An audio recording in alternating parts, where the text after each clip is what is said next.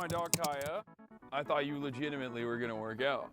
See, honestly, the sad thing is I probably should agree a lot more with Hasan because I'm a dude who's into fitness. I love my dog more than anything. Look, I even have a picture of my dog here in the background, right? So I should be picking up what this guy says all the time. But Hasan is not a Trump supporter. He's a progressive, a fan of Bernie and AOC. I'm not a fan of AOC at all. I think she's a little extreme, but I am a fan of Bernie. See, this is like we walk down the same path and then all of a sudden it just detours. This blows me away that they have Hasan Reddick. I don't agree with a lot of the things that he says, right? But that doesn't mean that I don't agree on some of the things that he has to say. Sullivan. This is Hasan. And in this video, I agree with most everything he does say. Piker. This is my dog Kaya. I thought you legitimately were gonna work out.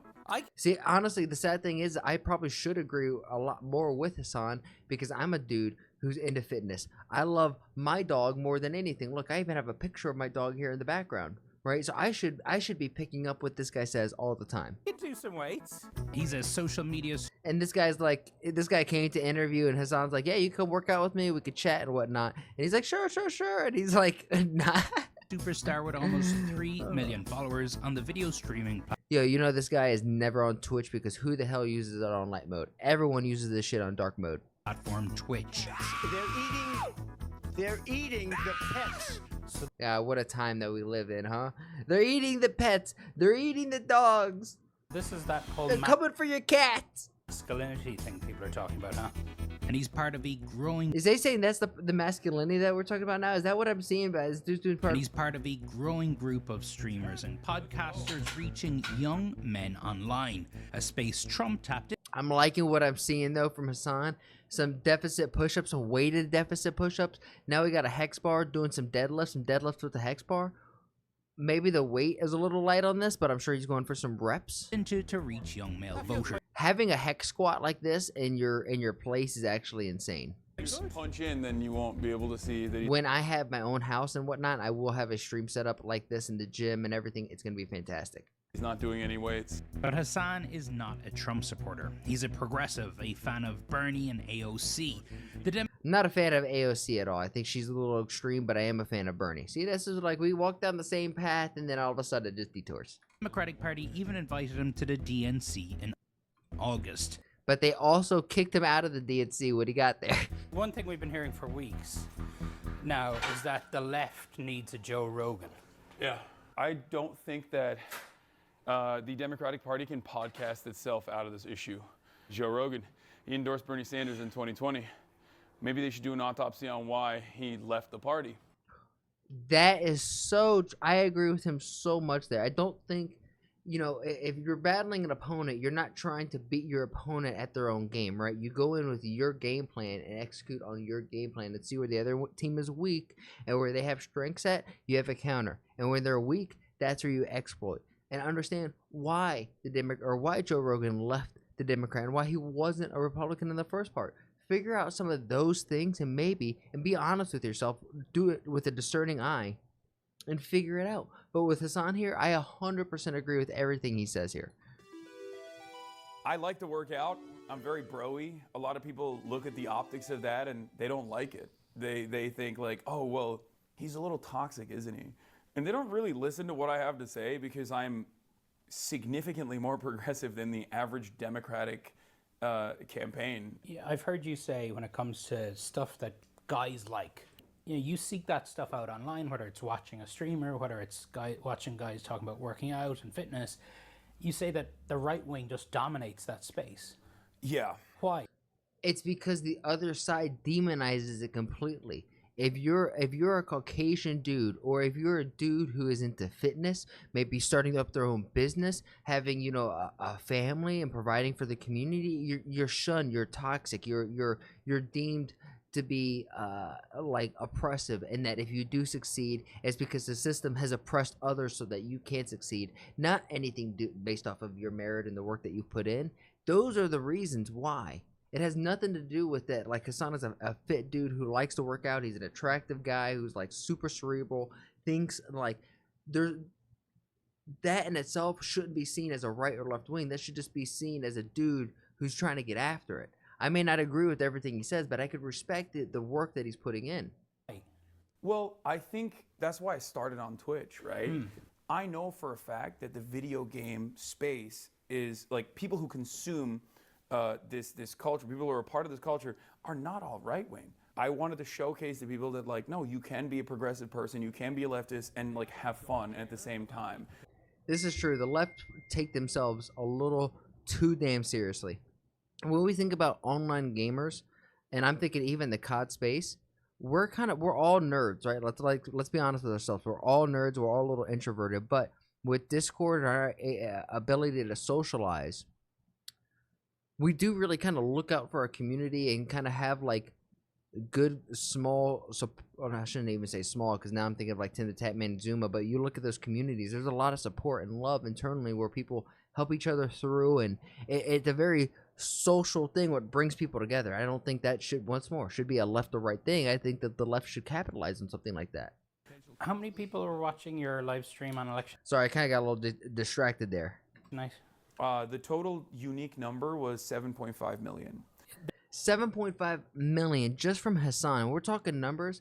The left disowned Hasan. They brought him to the DNC and then shunned him away, and he still stayed with the left, right, going not against Trump and trying to inform people on maybe some of the flaws of the Trump party where they're lacking.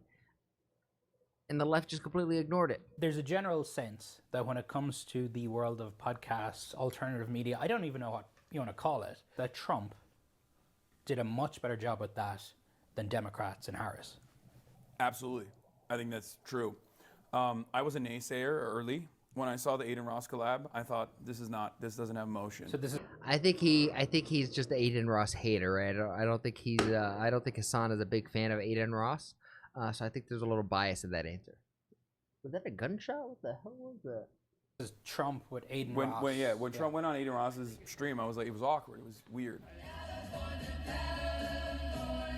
I'm not gonna lie, this was not weird. When Aiden Ross brought Trump on, I thought this was legendary. I thought this legitimately brought this to me legitimized this sub niche that allowed Trump to get the green light to go on like Theo and the Flagrant and even ultimately up to Joe Rogan, like, and the Nuck Boys and all of that. Aiden Ross, I believe, was the domino that started all of that, and he is not getting enough credit for it. I may not agree with Hasan on everything. I definitely don't agree with Aiden Ross on everything, but he needs his flowers on this. What he did with Trump here was so awesome. To me, it was kind of like when Drake played Fortnite with Ninja, and it like legitimized that gamers could be cool.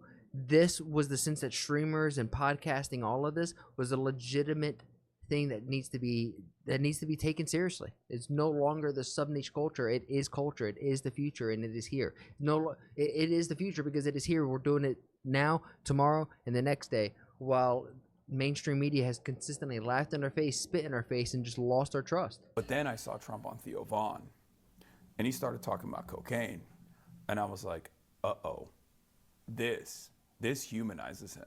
Cocaine a stronger Oh yeah. up?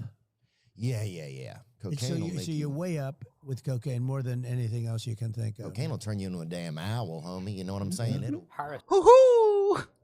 did consider going on Joe Rogan, Yeah. but she didn't. So that was a mistake as well.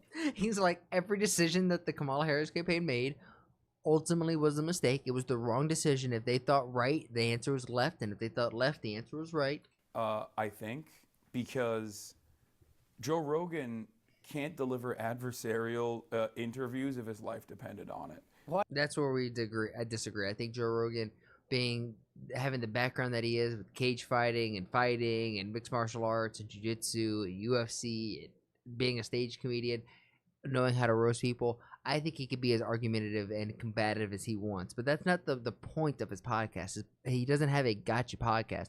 It's literally a podcast to give the light to the guest. When you go on Joe Rogan's podcast, it's not about Joe Rogan at all. It's 100% about the guest, and he's just there trying to get to know the human that is sitting across the table from him. That is the perfect way for, honestly, a politician to be able to be humanized and see by their fellow humans in their community. What is it that the Democrat Party has to do differently?